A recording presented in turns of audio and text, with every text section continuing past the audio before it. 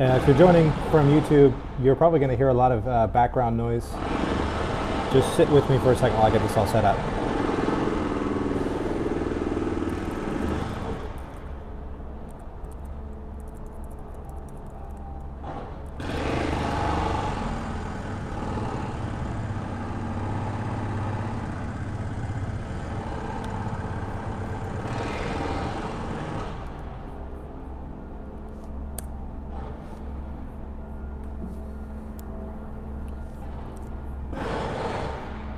All right, hey, what's up, everybody? You should probably be joining from Instagram. It is loud here, and I apologize. You should be able to hear me more than you hear that, but you're going to hear a lot of that this whole time. And it's just, listen, we're just going with it. We're going with it, okay? Now, what I need to do real quick is just check and make sure that this is correctly going to Instagram, because I know that it did go to Instagram yesterday, but I don't know how, I don't know exactly what ended up happening with it. So I guess I'll just have to check it this way. But we are live successfully on Facebook, and I believe we are live successfully on YouTube. Let me just go check it and make sure. And then I'll pull up my Pocket list. So anyway, I thought about not doing this today because of this, but I also, I was introduced, on Sunday we came over here, and there's another side to our apartment complex that just got finished. In fact, I'll show it to you here. So we live over there on that, so that's the gym you can see right there. We live just on the other side of that, and this whole side over here with this sweet new pool down here. This is all new within the last several months, and so that's pretty exciting. And I had never seen it though, because I don't ever leave my house. I don't ever leave my apartment, and so we came over here just to kind of look at what's here to see if, to see if it was potentially possible for us to maybe come over here at some point, it looks pretty sweet. And this whole section up here, I mean, look at this. I'll give you the little tour.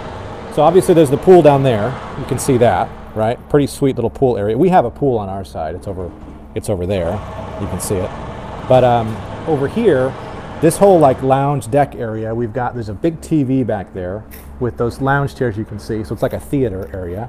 And then there's this whole side over here, which is pretty fancy. Keep it wide. Pretty fancy back over there. Anyway, enough creepy tours of my own house. What I wanted to do today is go through and talk about some of so bad. It makes me laugh. Some of there's been some other stuff that's come up, and I want to talk about. I thought about waiting until tomorrow, but I'm just going to go ahead and talk about it now. Let's go. Is it showing me live on here? Let me just check here and see.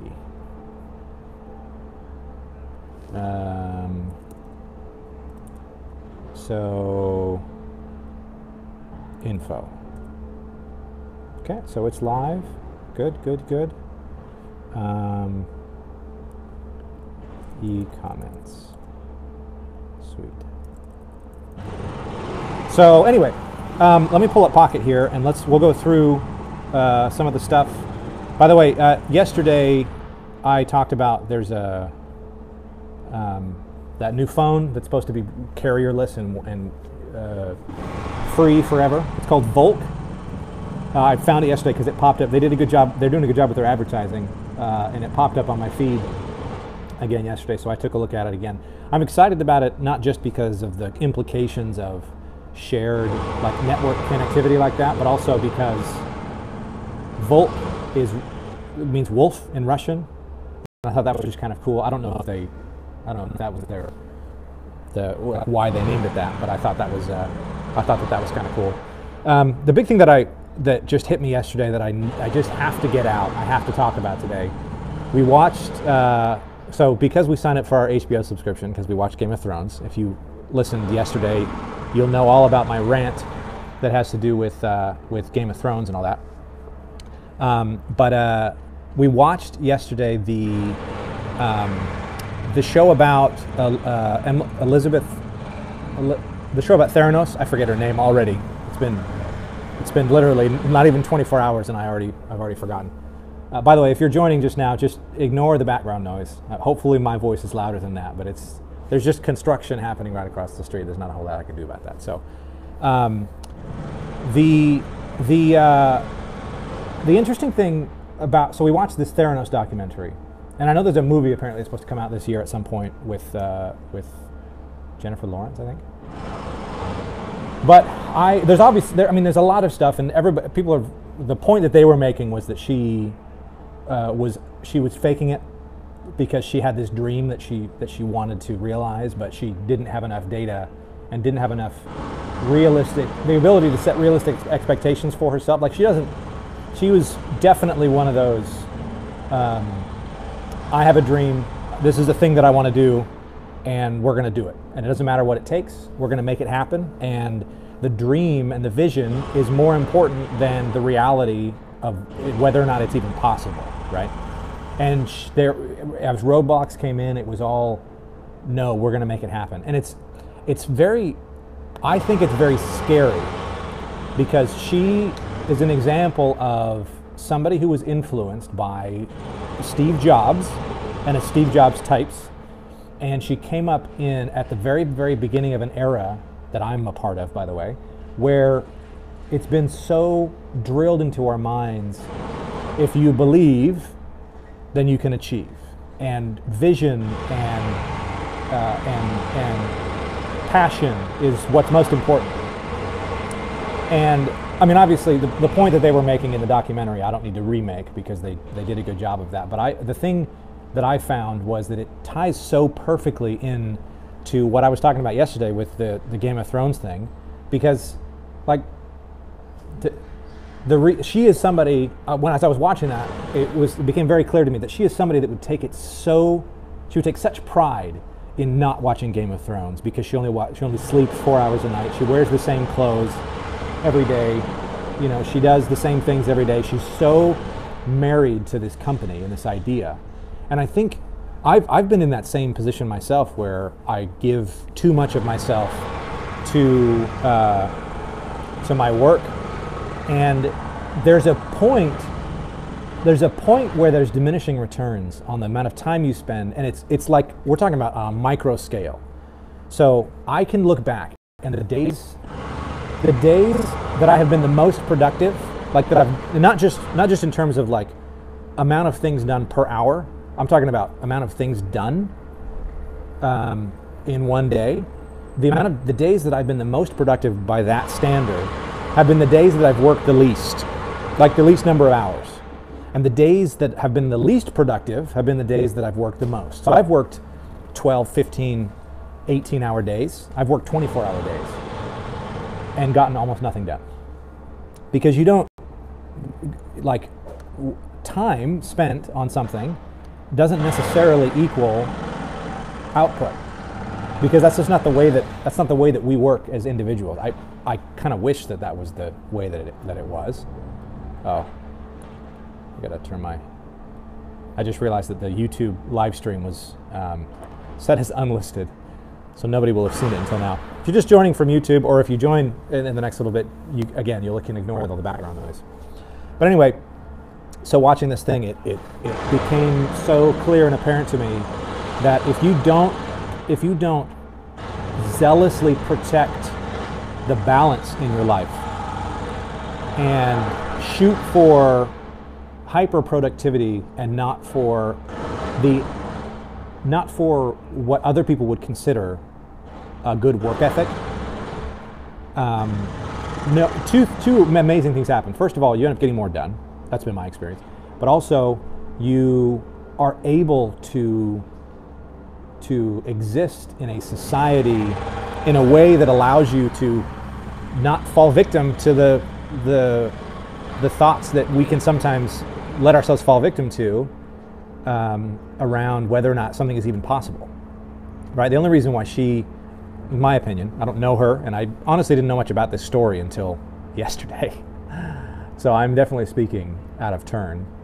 But the only reason why, I think that a huge part of the reason why she was so misguided and so staunchly defendant of her dream, like flying in the face. I mean, if you haven't seen the documentary, you need to go watch it, because the amount of things that they did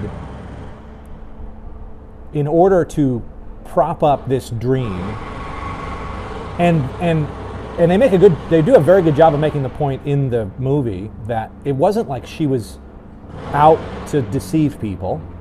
It was that she was clinging to something that wasn't viable, and she was willing to do anything to make it viable.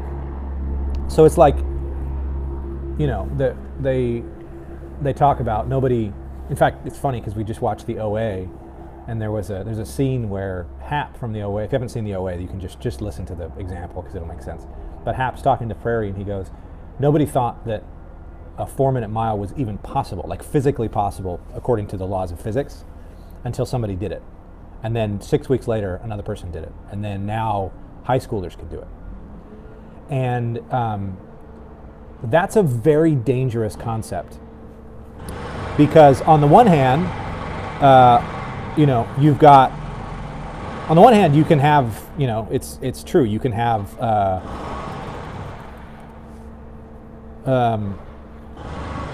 lot of the faith that you have in something can push you beyond what you think are the limitations. But if you don't know, if something, like the problem, here's the thing, the problem with that attitude is that you can't know until it becomes possible whether something is actually possible. And so on the one hand, we've got people that continue to try and break the 4-minute barrier on the mile, and that, you know, I don't think that really hurt anybody, and that's fine. But then on the other hand, using the same exact logic, running from exactly the same line of reasoning, you got Elizabeth, what's her face? I don't even know if that's her name. I have a terrible memory apparently, but the Theranos lady, who believes that she can create this machine, and so she is going to keep working until she does it, and that's it. And it's the same logic. It's the same line of reasoning. The people that broke the 4-minute barrier and the Theranos experiment. The problem, I think, is when you get so hung up on some of those things, you can ignore what's happening around you that is speaking directly to the fact that that is not, let's see, the fact that that's not possible. And like I said, you can't know something is impossible itself. You can't know that something is impossible because there's no way of knowing that, right? Again, because logically you can't actually prove that something is impossible, because anyway, I don't. It's going to be hard for me to go into that too much further. But I think that idea of I can make this happen, and I'm going to just white knuckle my way through this thing and make it happen, and I'll sleep 2 hours a night, and I'll power through, and I'll exist on coffee, and I'll do all this stuff. Like, I think there is value in having the willingness to do that when it's necessary, but it's so dangerous. It's like the same idea that like some drugs, some antibiotics, or even vaccines. Like vaccines are powerful in tiny, tiny microdoses. But once you get beyond that little microdose and it starts to take over your life, it's going to kill you. Like whatever, you're just putting the disease in you, right? So it's the same thing like medicines, you know, like ibuprofen. Ibuprofen can help, but if you take one ibuprofen tablet, it could help relieve some pain, you know, cure a migraine, whatever it is that you're using it for. If you take a whole bottle, it's going to kill you, right? And if you build up a dependency on ibuprofen over time, that's also going to have a negative impact on your life. This actually reminds me of, there's a guy named Peter Attia. If you don't know Peter Attia, look up his podcast. It's called the Peter Attia Drive. Peter Attia he's a scientist and a doctor, a medical doctor, and he studies longevity in people. So his big thing is, how do we make people live longer and happier? Longevity with quality as well. Anyway, one of the things that he's talked about a lot is, he talked about it, he was on the Joe Rogan podcast 8 months ago probably, and they talked about this quite a bit. I actually liked that episode because he talked the most of the time and Joe didn't have didn't have really much of an idea of what he was talking about, but he talks a lot about the line between what's helpful, like there's the moderation line where too much of a good thing becomes a bad thing. And I think that is something that we in the business realm, I think, here's the thing. Entrepreneurs, people in this like marketing business realm, we are here predominantly because we couldn't stand school, right? I'm drawing a very crude line in the sand, but we entrepreneurs basically couldn't get an advanced degree to go into doing that, and so we just start businesses and we make things happen, okay? Again, don't take offense if that's not you. I get it. I'm making a very, very broad statement here. But the problem is that because of that lack of continued advanced education, the education itself, the specific subject matter, isn't the point. The point is that we didn't spend enough time in higher education to learn how to temper our own appetite for our passions and our desires and our vision, right? So that's a good thing in small doses. It's good because we aren't held back by the scientific or the educational, like the system, so to speak. We aren't held back by the machinations of like the way that things work, because we just go do what we're going to do. I don't know what that's all about. Let's get that thing out of here. I don't know why. Something down here apparently is really exciting.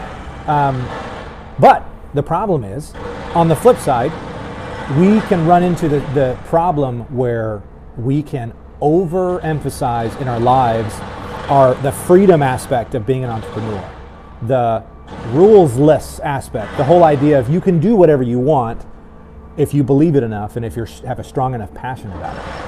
And again, it's not that having passion about something and going after what you want is a bad thing. It's that it's like a dose of Oxycontin or a dose of ibuprofen or a dose of a vaccine. That's something that's going to get you over the rough patches, but it's not. Ibuprofen doesn't cure headaches, right? Oxycontin doesn't cure pain. It just numbs it for a while so you can get through it until something heals. And so I think it's the same thing. And the Theranos example that's a perfect example of where she thought she had cured her pain by taking whatever the pain medication was. She thought she had cured headaches because of the ibuprofen that she was taking. And the truth is, she was just masking it, and it was destroying her. So I think as business people, I think we are the worst. We are the most vulnerable to feeling like we are not part of the real world. Like the laws of society, the laws of everything don't apply to us. But it's very dangerous for us to let that be our main. It's very dangerous. We'll put it that way, right? So you can't let that be the main thing that you do. So anyway, that's what I had to say about that. I get fired up, as you can tell, about that particular thing. When I was watching that last night, Sue kept turning to me and be like, "Calm down. Like you're okay. Everything's fine." Just because I don't know. I think that here's my big point. This documentary, the documentary about the Fire Festival, a bunch of these other big business documentaries, things that have come out of late, to me, I am concerned because too many of us in this business world, in the marketing world, and like the entrepreneurial world, are going to think that's not us. They're going to think that we think somehow that we are immune to all these things that are happening, and yet, like the Fire Festival and this Theranos thing, the fake it till you make it thing, I have taught people from stage to sell courses before they've made them. I have done that. And that wasn't my idea. Like, I learned that from somebody else. But think about that. How many times have you been in a conference where somebody has advised you to sell something before it's actually been created? That's all that Fire Festival was. That's all that Theranos was. Somebody advising, somebody believing the idea that you can sell something before you've made it. And obviously, right, there's implications of scale. So if Fire Festival hurt a lot more people than like selling an audio course would, right? Theranos hurt a lot more people than, you know, selling a membership actually would. But we can't think for 1 second that we are above or not in the same boat as those as what we're watching in these documentaries. And I think we just have to be very aware, self-aware, and have a better understanding of like where we fit in the world and how we can influence other people. Because it's the same thing. Selling a membership and then building it as you go is no different than what the guy did at the Fire Festival. Selling an ebook that you're going to release in small segments and then writing it as people sign up for it is no different than what the Theranos situation. It's the same exact thing. It's just the scale and the implications are different. So I just think it's important. Don't think that we're different, because we're not. Okay. Now, one other thing that I wanted to talk about that came up. Sue sent me this article yesterday. How many of you pop your knuckles? I do, and I pop my neck. I pop my neck a lot, and I get this feeling that it helps me, like it relaxes my my neck, and it whatever. But I got this article that was sent over.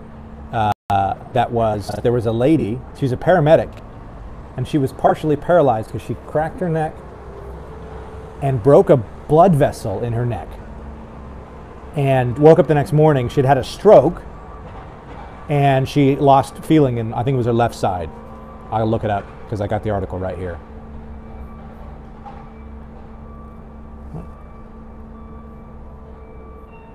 Well, I did until my internet access just went out. Oh well. So she lost feeling on one of the sides, and that now I'm freaked out. So I'll go to pop my neck, and I still do every once in a while. I'm like, oh shoot, I'm gonna die now. So anyway, this is a good example of, you could be like, how many times has that happened? It's not gonna happen to me. Fine, you could think that. I'm gonna go ahead and not pop my knuckles, not crack my neck, not pop my back anymore, because I don't want to end up paralyzed. That's just what it comes down to. So anyway, thanks everybody for joining. I apologize again for the noise in the background. I hope it wasn't too overwhelmingly distracting. It probably was, because I had the headphones on earlier and I didn't realize how loud it actually is over there. The nice thing is that this microphone is meant to pick me up more than that, so it probably should have been okay. Anywho, I will be back at this tomorrow. This is kind of fun, it's kind of exciting, and it's really easy to do. I'm really excited about that. It's very simple and straightforward and easy to do. If anybody, just quick, because I don't think that the Instagram video got posted correctly yesterday. So if anybody's on Instagram or was on Instagram, can you let me know if this video is cropped, meaning it's full portrait view but just zoomed in, or if it's been resized, so it's horizontal view but it's been resized that way.